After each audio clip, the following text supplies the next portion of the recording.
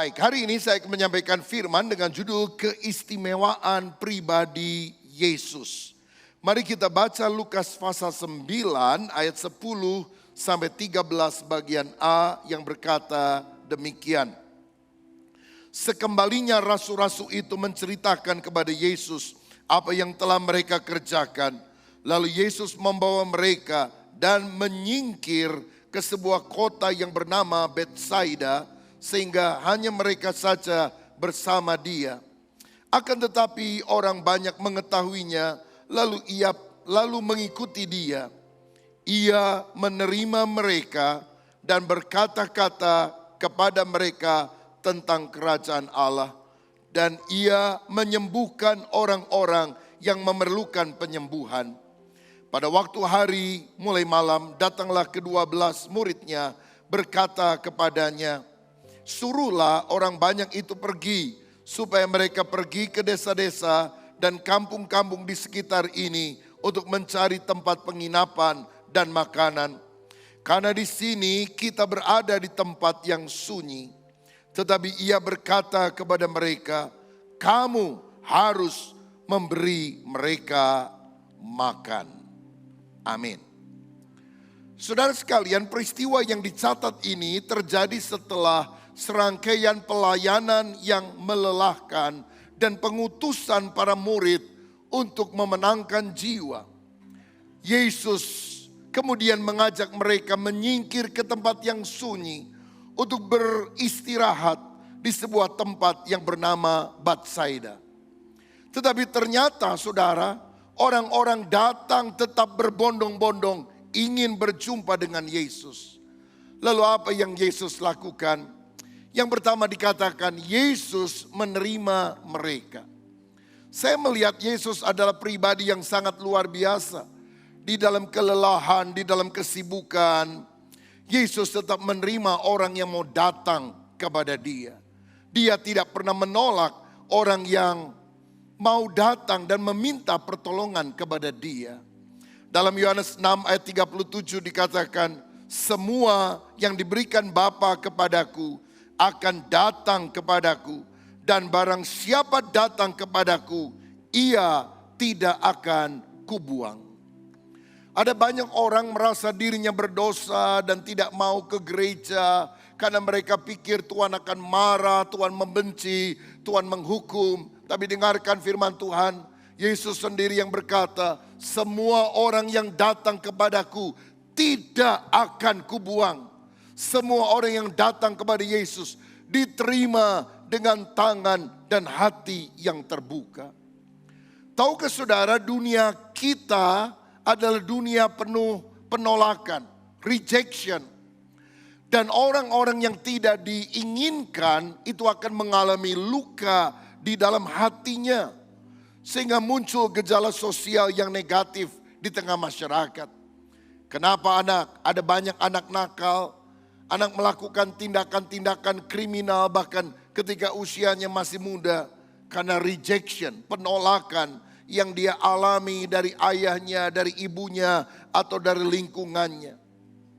Saudara, saya pernah dengar satu kali ada seorang anak yang sangat kecewa dan stres. Mereka berasal dari satu keluarga yang anaknya cukup banyak. Ya, suami istri punya 7 anak.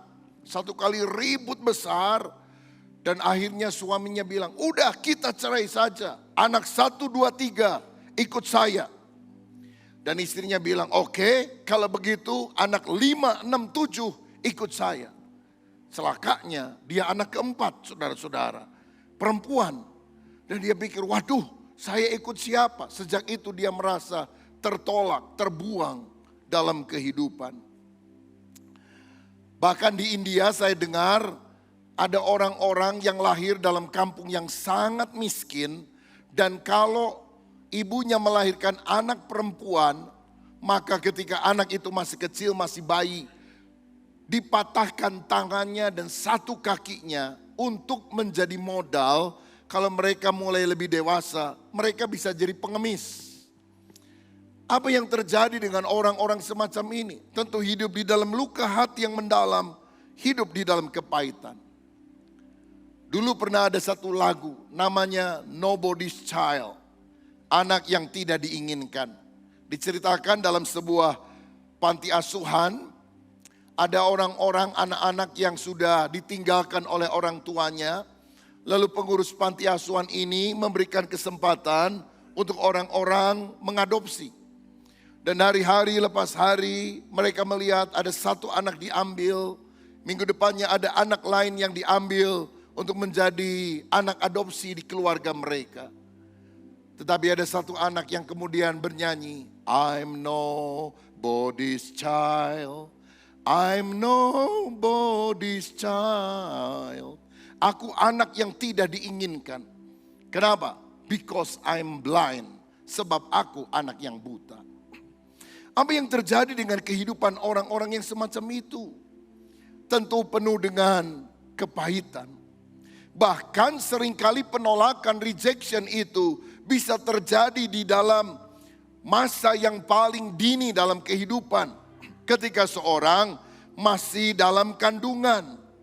Karena walaupun mungkin belum bisa berkata-kata, janin itu sudah bisa merasakan secara emosional. Kalau misalnya ada orang pacaran lalu kemudian melakukan hubungan seks dan mulai hamil.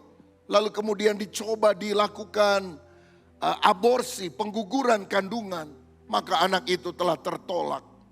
Biasanya orang yang mengalami pengguguran kandungan akan cacat. Kalau tidak cacat fisiknya, secara mental, dia terluka, dia cacat, saudara. Nah ini mungkin belum dipahami secara logika, tetapi secara spirit mereka tahu, secara emosi mereka tahu bahwa mereka ditolak, mereka dibuang. Dan saya mau katakan, ketika ada orang yang mengalami kurangnya pemenuhan di dalam jiwa, kurangnya acceptance, penerimaan, maka kemudian mereka mulai bertingkah laku aneh-aneh untuk mencari perhatian.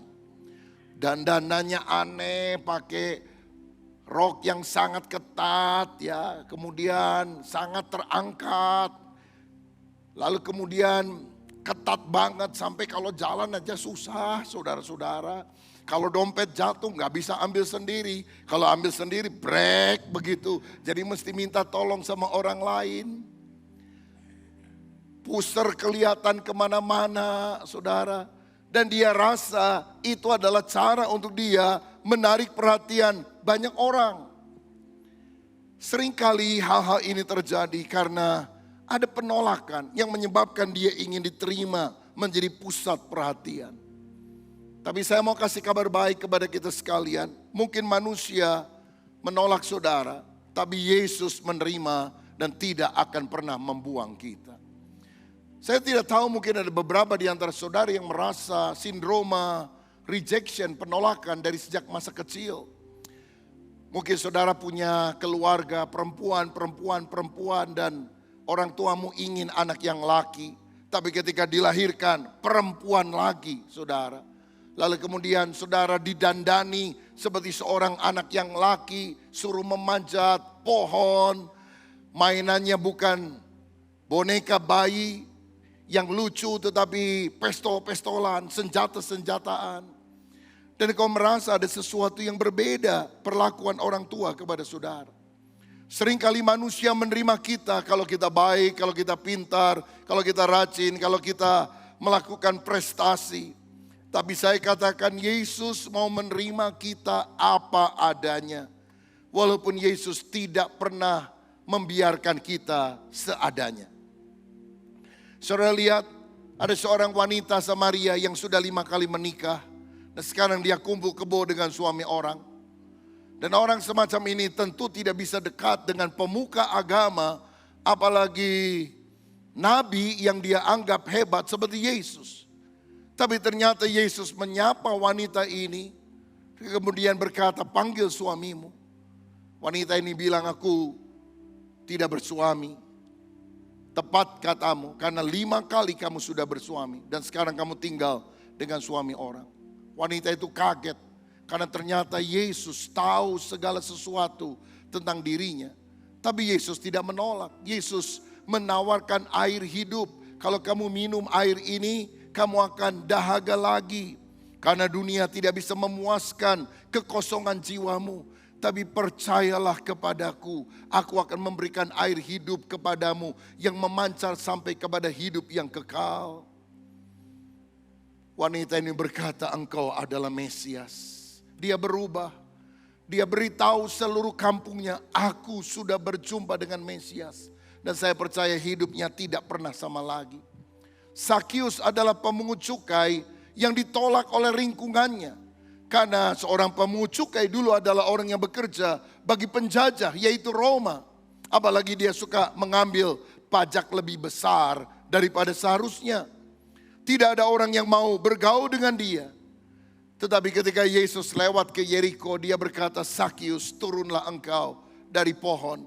Aku akan menginap di rumahmu. Orang-orang berkata, masa Yesus tidak tahu dia orang berdosa? Dia orang jahat?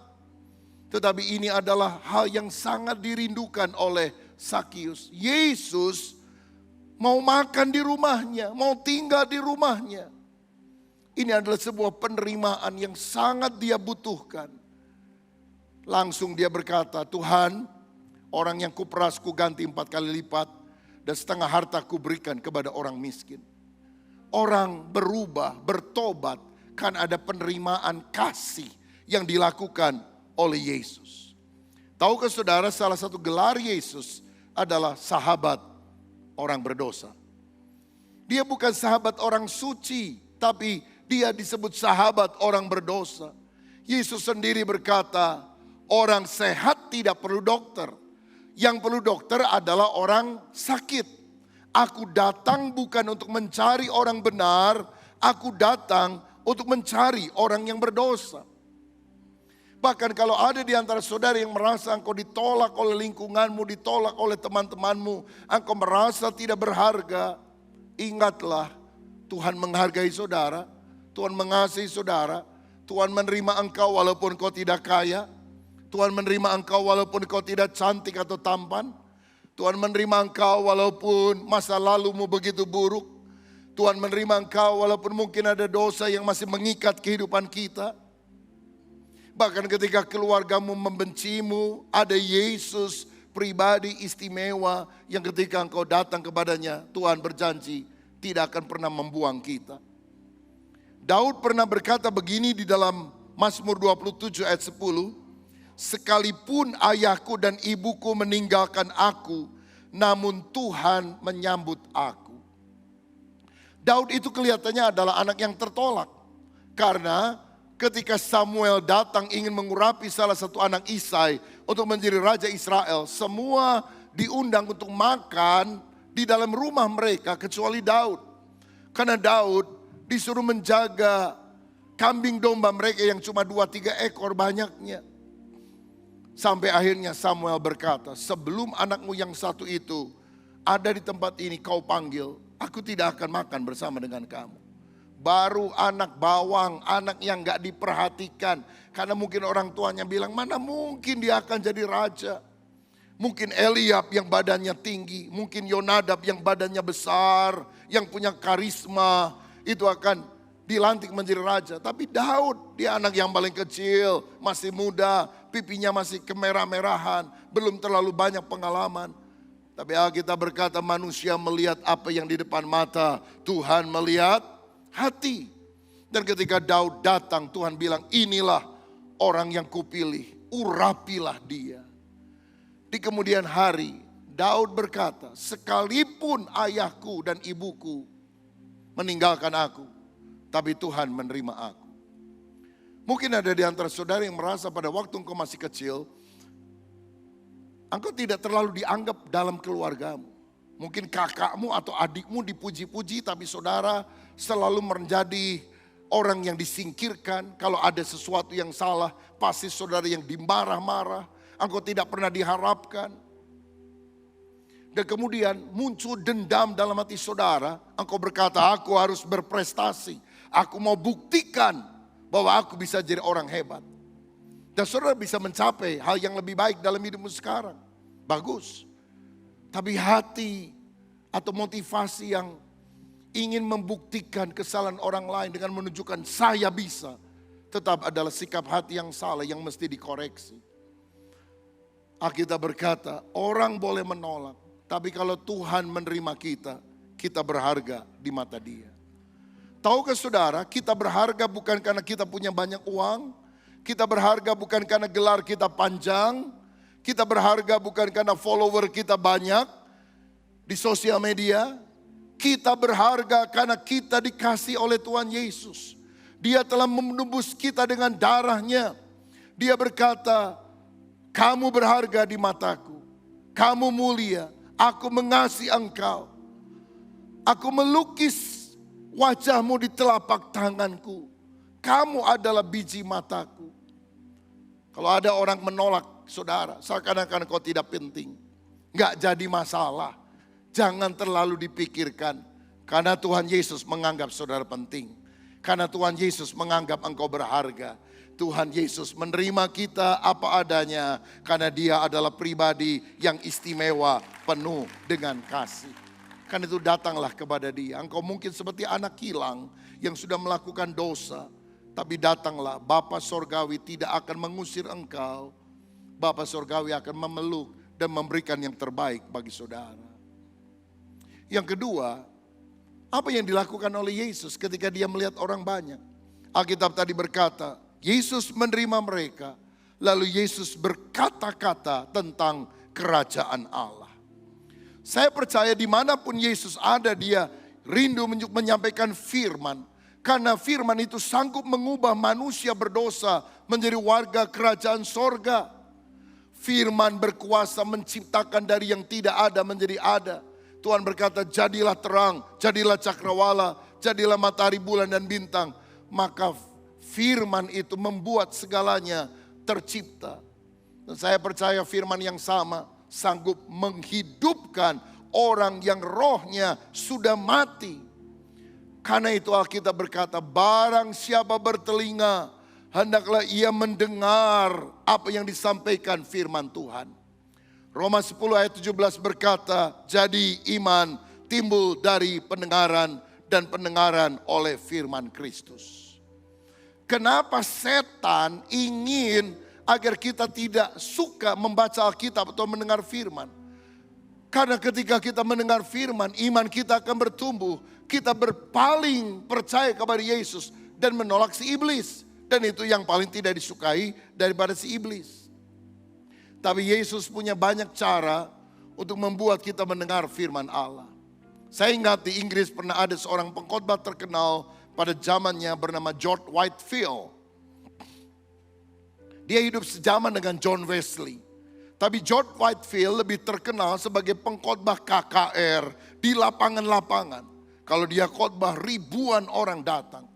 Satu kali ada seorang wartawan ateis yang tidak percaya kepada Tuhan, ingin menyelidiki secara objektif apa kehebatan George Whitefield ini, kok sekali khotbah ribuan orang bisa datang. Jadi dia pergi ke lapangan di mana dia melihat KKR sedang dilakukan.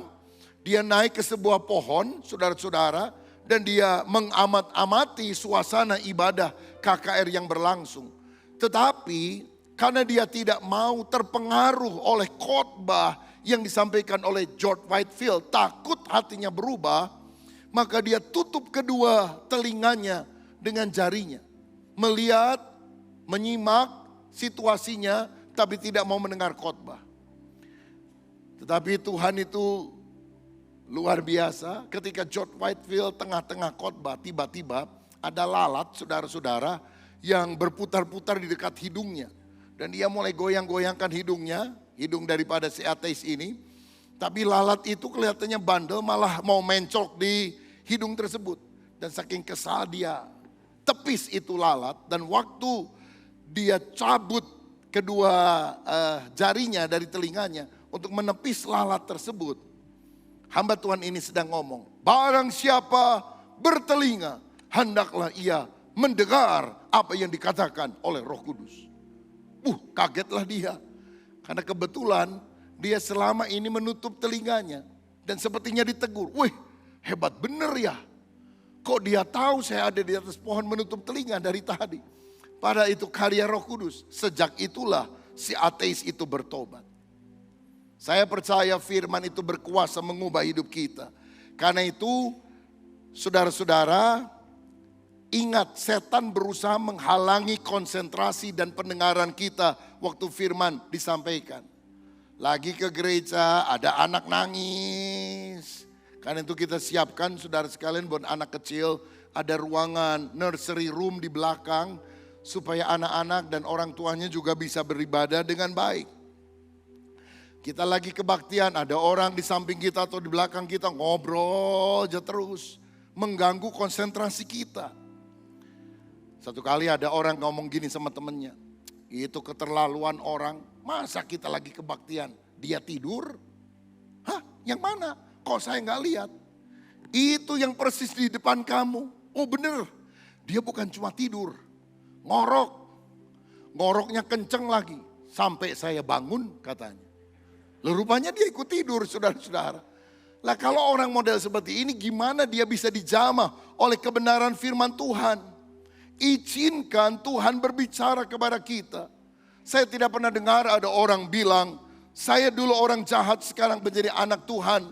Saya dulu penjahat yang kejam sekarang menjadi penjahit Kristen yang baik. Setelah saya membaca buku matematika, fisika, kimia alias mafia. Tapi saya selalu dengar ada orang berkata, dulu saya jahat. Tapi setelah saya mendengar firman, hidup saya berubah. Hidup saya tidak pernah sama lagi. Firman berkuasa mengubah kehidupan kita. Saudara-saudara, ada sebuah cerita. Ada kapal sedang berlayar di Samudra Pasifik.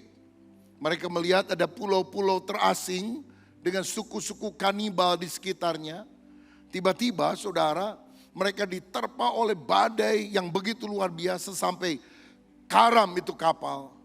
Untung ada orang yang bisa menyelamatkan diri dengan skoci kecil. Dan 2 orang berusaha naik skoci, berusaha mencapai daratan. Tapi waktu mereka melihat ada pulau dan mau mendarat, mereka takut. Karena mereka dengar sukunya suka makan orang, kanibal. Wah gimana kalau kita selamat lalu dimakan orang, celaka kita. Tapi begitu mereka sampai di pulau itu, mereka melihat sebuah pondok kecil. Tidak ada orang, rupanya orangnya sedang pergi. Dan waktu kedua orang itu masuk ke dalam, salah satu melihat Alkitab di pondok kecil itu. Dan dia teriak, kita selamat, kita selamat. Temannya bilang, dari mana? Tak kamu tahu kita selamat. Saya lihat ada Alkitab. Orang yang sudah baca Alkitab gak akan makan orang katanya. Kita selamat. Dan memang saudara-saudara, firman bisa mengubah peradaban. Dari peradaban yang sangat terkebelakang menjadi peradaban yang maju. Karena firman berkuasa mengubah kehidupan kita. Karena itulah mari kita sadar ketika Injil Kerajaan Allah diberitakan, itu adalah kabar baik. Bahwa Yesus adalah Raja, segala Raja. Dan kalau kita percaya kepada Dia, maka kita akan menjadi anak Raja. Yohanes 1 ayat 12 berkata, tetapi semua orang yang menerimanya diberinya kuasa supaya menjadi anak-anak Allah, yaitu yang percaya dalam namanya. Tahukah saudara, waktu kita beriman kepada Yesus, kita bukan lagi orang berdosa, kita adalah anak Allah. Anak Raja di atas segala raja. Kalau kita anak Allah, Bapa akan perhatikan segala kebutuhan kita. Kalau saudara cuma tetangganya anak Allah, belum tentu Bapa Surgawi akan penuhi kebutuhan kita. Karena itu yakinkan dirimu, engkau anak Allah dengan menerima Kristus sebagai Tuhan dan Juru Selamat. Saudara tahu tujuan akhir kita itu kita akan jadi apa? Lihat Wahyu 20 ayat yang ke-6. Dikatakan demikian. Berbahagialah dan kuduslah ia yang mendapat bagian dalam kebangkitan pertama. Kematian yang kedua tidak berkuasa lagi atas mereka. Tetapi mereka akan menjadi imam-imam Allah dan Kristus. Dan mereka akan memerintah sebagai apa? Raja bersama-sama dengan dia 1000 tahun lamanya. Saudara tahu kita akan jadi apa? Kita akan jadi raja. Boleh katakan bersama saya, saudara ikut online juga boleh tulis sekarang di kolom chat. Kita akan jadi raja. 2, 3. Kita akan jadi raja. Siapa yang bilang? Tuhan sendiri dalam firman-Nya. Kamu akan jadi raja.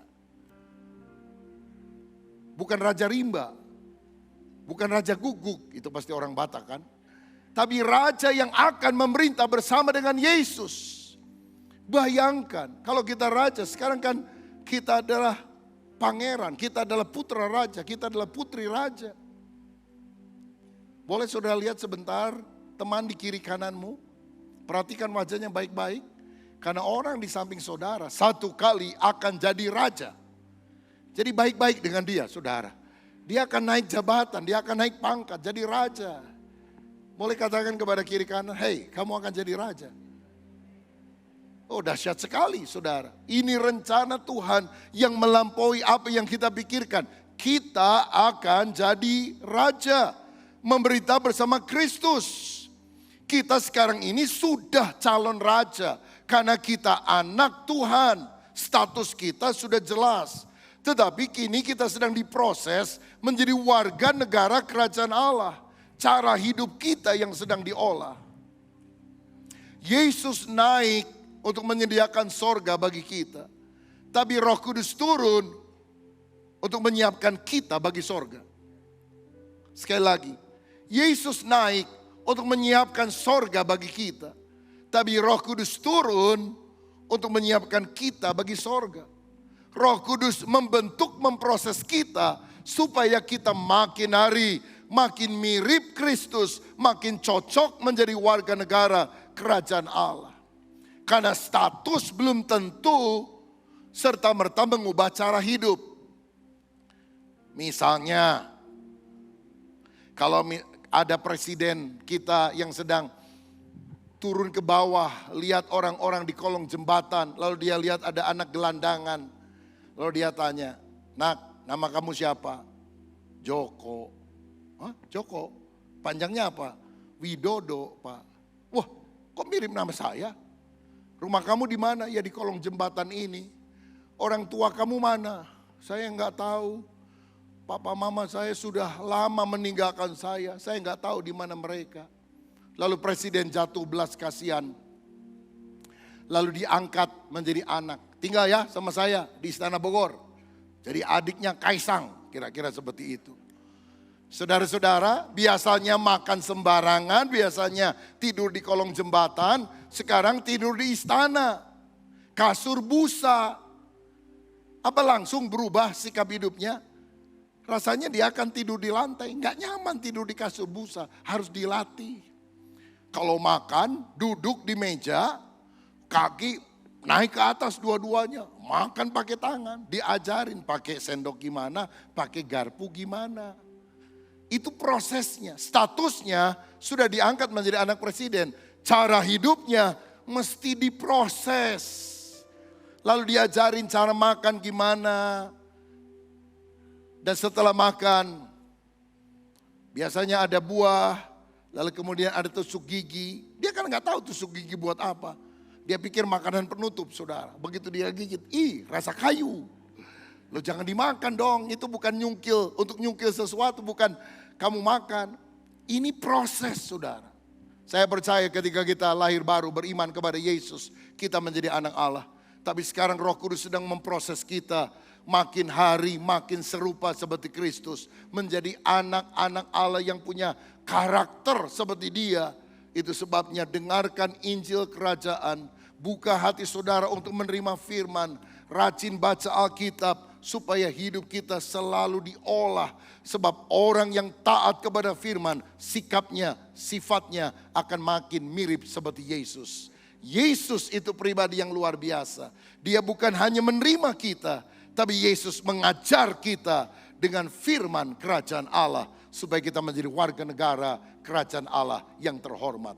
Siapa yang bangga diangkat menjadi anak raja. Siapa bangga menjadi warga negara kerajaan Allah. Berikan tepuk tangan yang meriah untuk Yesus yang mengasihi kita. Yang ketiga, Yesus pribadi istimewa. Karena ternyata setelah dia menerima mereka, berkata-kata tentang kerajaannya. Dikatakan Yesus menyembuhkan mereka yang sakit. Yesus bukan cuma manusia biasa yang menerima orang apa adanya. yang hanya menyampaikan kata-kata nasihat. Tetapi Yesus adalah Allah yang maha kuasa. Buktinya apa? Yesus adalah pribadi yang sangat banyak membuat mujizat. Salah satunya menyembuhkan orang yang sakit. Orang tuli mendengar, orang buta melihat, orang lumpuh berjalan, orang bisu berkata-kata, bahkan orang mati bisa dibangkitkan. Saya percaya Allah adalah pribadi yang bisa menyatakan kasih dan kuasanya melalui kesembuhan ilahi. Dan sampai hari ini Tuhan mau menyembuhkan kita. Tapi ada dua ekstrim yang saudara perlu ketahui tentang kesembuhan ilahi. Yang pertama, ada sebagian orang menganggap kesembuhan ilahi sudah berlalu. Mereka bilang mujizat itu diperlukan pada zaman dulu. Waktu peradaban belum maju, sekarang sudah modern, sudah maju dengan teknologi, dengan akal budi. Manusia bisa menciptakan obat, dokter begitu banyak, sehingga tidak perlu ada mujizat lagi. Saudara-saudara, itu yang dikatakan oleh sebagian orang. Tetapi Ibrani 13 ayat 8 berkata, Yesus Kristus tetap sama, baik kemarin maupun hari ini dan sampai selama-lamanya. Saudara-saudara, tetapi ada kelompok kedua yang berkata, karena Yesus adalah penyembuh yang ajaib, maka kita cukup beriman saja. Tidak perlu pakai dokter. Kalau saudara sakit, lalu saudara ke dokter, itu tandanya kita tidak beriman. Kalau lagi jalan naik sepeda jatuh, jangan pakai obat merah. Karena kita tidak perlu obat-obatan semacam itu. Tapi apakah memang benar pandangan semacam itu? Dalam 3 Yohanes 1 ayat yang kedua dikatakan demikian. Saudaraku yang kekasih, aku berdoa semoga engkau baik-baik dan sehat-sehat saja dalam segala sesuatu, sama seperti jiwamu baik-baik saja. Tuhan ingin agar kita sehat, bahkan sembuh ketika kita sakit. Tapi kesembuhan itu paling tidak ada 3 perbedaan. Pertama, ada kesembuhan alamiah. Saudara sakit karena terlalu capek, begadang sudah hampir seminggu karena dikejar deadline dari kantor kita. Lalu apa yang saudara harus lakukan? Istirahat, tidur lebih banyak, makan makanan yang bergizi, makan buah-buahan, maka dalam beberapa hari saudara akan pulih. Tidak harus pakai obat pun bisa, karena ada kesembuhan secara alamiah. Tetapi ada penyakit-penyakit tertentu yang bisa disembuhkan dengan pertolongan pengobatan. Misalnya kelainan hormon dalam hidup kita, maka dokter biasanya memberikan resep, ada obat-obat tertentu supaya hormon kita menjadi lebih stabil, menjadi lebih seimbang. Dan tidak masalah dengan hal tersebut. Saya percaya ini termasuk di dalamnya adalah vaksin. Saudara-saudara, beberapa orang pada waktu yang lalu berkata, kita kan anak Tuhan, gak perlu pakai vaksin. Pasti Tuhan akan melindungi kita, benar. Tapi kita juga lihat jutaan orang mati di seluruh dunia dan mayoritas adalah yang belum divaksin. Yang sudah divaksin yang mati juga ada, saudara. Ya, yang mati karena nggak kena COVID juga banyak. Tetapi kita lihat orang-orang yang pakai vaksin pada umumnya relatif lebih punya daya tahan ketika virus itu datang menyerang. Itu sebabnya mengapa anak-anak kecil seringkali waktu masih bayi divaksin. BCG, TBC, vaksin apa lagi? Polio dan sebagainya. Supaya dia punya daya tahan tubuh yang lebih kuat. Dan kita tidak perlu anti dokter, anti pengobatan. Karena all truth is God's truth. Semua kebenaran, termasuk kebenaran yang ditemukan dalam dunia medis, itu asalnya dari Tuhan, Sang Pencipta yang penuh dengan hikmat. Tetapi kita juga harus tetap percaya sampai masa kini mujizat kesembuhan ilahi masih terjadi. Saudara percaya Tuhan masih bisa menyembuhkan sampai hari ini? Saudara percaya kesembuhan ilahi masih terjadi? Haleluya. Karena itulah gereja kita, tim doanya mulai akan lebih menggalakkan lagi beberapa bulan sekali ibadah kesembuhan ilahi. Sebab kita yakin bahwa Tuhan bisa menyembuhkan orang dengan obat atau tanpa obat. Karena sumbernya adalah Tuhan sendiri. Namun untuk menerima kesembuhan ilahi, Harus ada iman. Dalam Matius 13 ayat 58, Yesus tidak bisa menyembuhkan banyak orang di Nazaret karena mereka tidak beriman. Dikatakan demikian. Dan karena ketidakpercayaan mereka, tidak banyak mujizat diadakannya di situ. Yesus melakukan banyak mujizat di tempat lain. Tapi kenapa di kampung halamannya dia hanya bisa melakukan sedikit mujizat? Karena tidak ada iman. Walaupun ada hamba Tuhan dengan karunia kesemuan ilahi yang luar biasa berkhotbah di sini, kalau engkau tidak percaya, kalau engkau tidak beriman, engkau tidak akan mengalami mujizat. Tapi walaupun pemimpin kelompok sel saudara mendoakan saudara di rumahmu, tapi ketika engkau beriman, engkau akan sembuh. Karena ini adalah syaratnya iman. Markus 11 ayat 23, 24 berkata demikian. Aku berkata kepadamu, sesungguhnya barang siapa berkata kepada gunung ini, beranjaklah, tercampaklah ke dalam laut, asal tidak bimbang hatinya, tetapi percaya bahwa apa yang dikatakannya itu akan terjadi, maka hal itu akan terjadi baginya. Karena itu aku berkata kepadamu, apa saja yang kamu doakan, kamu minta dan doakan, percayalah bahwa kamu telah menerimanya, maka hal itu akan diberikan kepadamu. Kalau engkau beriman, gunung bisa pindah, penyakit bisa diusir. Karena itu percaya kepada Tuhan. Alkitab berkata, oleh bilur Kristus kita sudah disembuhkan. Kita sudah dibaharui oleh Tuhan. Percaya kepada Dia. Siapa di antara saudara yang sakit hari ini? Ketika engkau beribadah di rumah Tuhan, berdoalah. Tangan Tuhan tidak kurang panjang untuk menyembuhkan dan menyelamatkan saudara. Kalau engkau beriman, aku percaya apapun yang Tuhan katakan, aku imani dan amini. Engkau pulang dari tempat ini, kesembuhan akan terjadi bagi setiap orang yang percaya kepada Dia. Haleluya. Yesus pribadi istimewa karena Dia menyembuhkan orang sakit.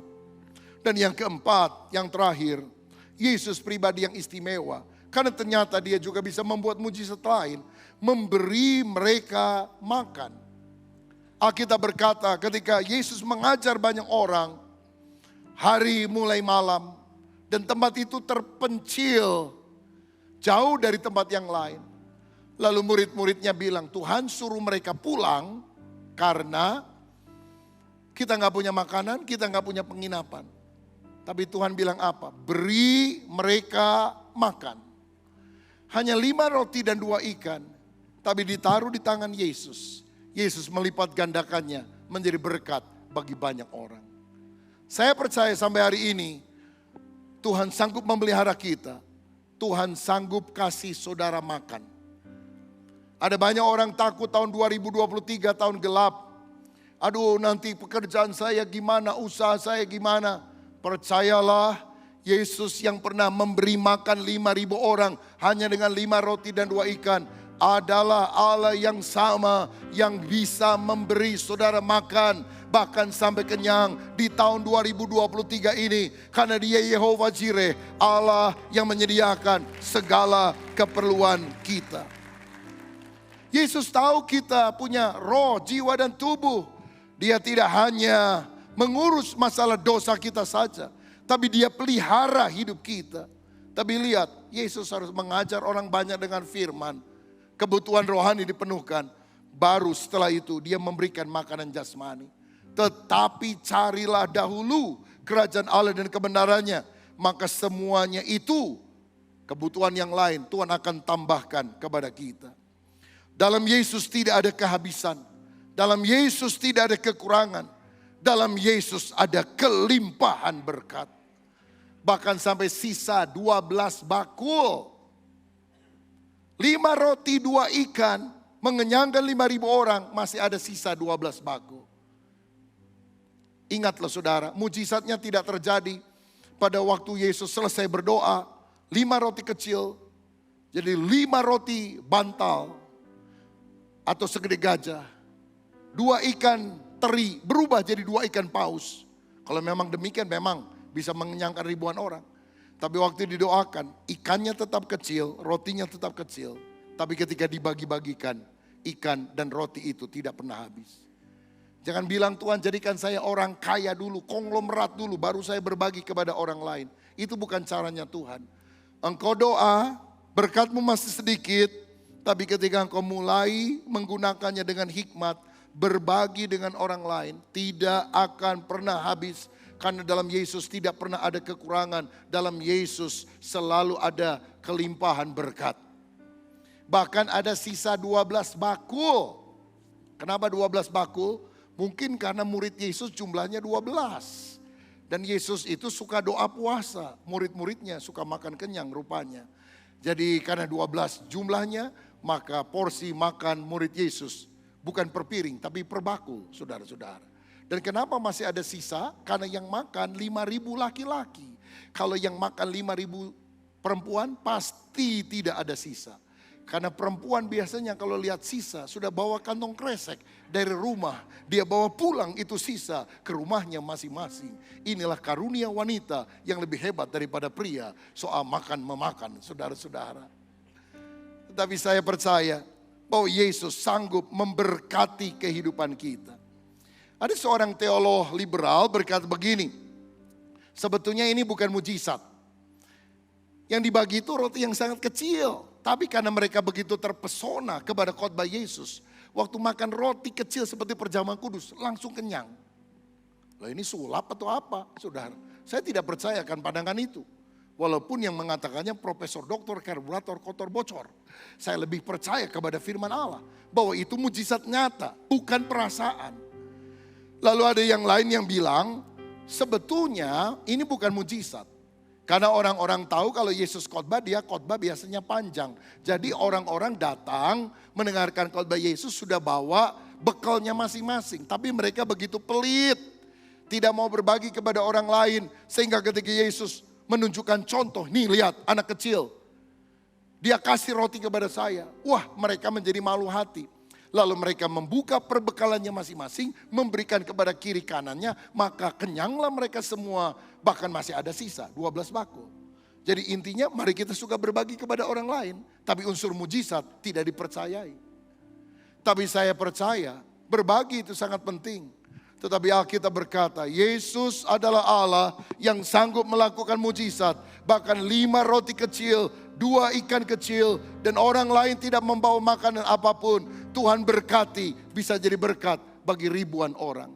Hari ini pun Dia Yehova Jireh yang akan memberkati hidup saudara. Lihat Elia tidak punya persediaan apa-apa di tengah 3,5 tahun kelaparan. Tapi Tuhan bisa bawa roti dan daging pagi dan petang melalui burung gagak. Lihat bangsa Israel di padang pasir tidak bisa menanam dan menyiram. 40 tahun dihujani oleh mana, roti dari sorga. Kalau Tuhan bisa kasih makan orang Israel 40 tahun di padang pasir. Kalau Tuhan bisa kasih makan dan minum kepada Elia bertahun-tahun di tepi sungai Kerit lewat burung gagak. Saya percaya di kota ini pun, dimanapun saudara berada, mengikuti ibadah secara onsite ataupun secara online, Allah Yehova Jireh menyediakan kebutuhan saudara. Engkau tidak akan kelaparan. Tahun ini engkau akan makan kenyang. Karena ketika engkau taat kepada firman Tuhan, berkat Allah akan melimpah dalam hidup saudara. Katakan dengan iman bersama saya. Saudara bisa ketik juga kalau saudara ikut online. Yesus memelihara hidup saya. 2, 3. Yesus memelihara hidup saya. Inilah pribadi yang istimewa. Yang pertama, Yesus menerima mereka. Yang kedua, Yesus berkata-kata tentang kerajaannya. Yang ketiga, Yesus menyembuhkan mereka yang sakit. Dan yang keempat, Yesus memberi mereka makan. Memberkati mereka. Dan saya percaya Yesus yang sama hadir di tempat ini. Dia tahu kebutuhan saudara. Waktu kita berdoa, Dia akan memberikan kemenangan untuk saudara. Dalam ibadah kedua, saya akan menyampaikan khotbah yang berbeda. Belajar bersikap seperti Yesus. Saudara bisa mengikutinya secara online melalui YouTube. Supaya hari ini kita mendapatkan berkat double porsi. Karena firman yang berbeda dan banyak dengar firman. Supaya imanmu bertumbuh di dalam Tuhan. Alamilah perjumpaan dengan Yesus. Karena Dia adalah pribadi yang sangat istimewa. Tuhan Yesus memberkati kita. Haleluya.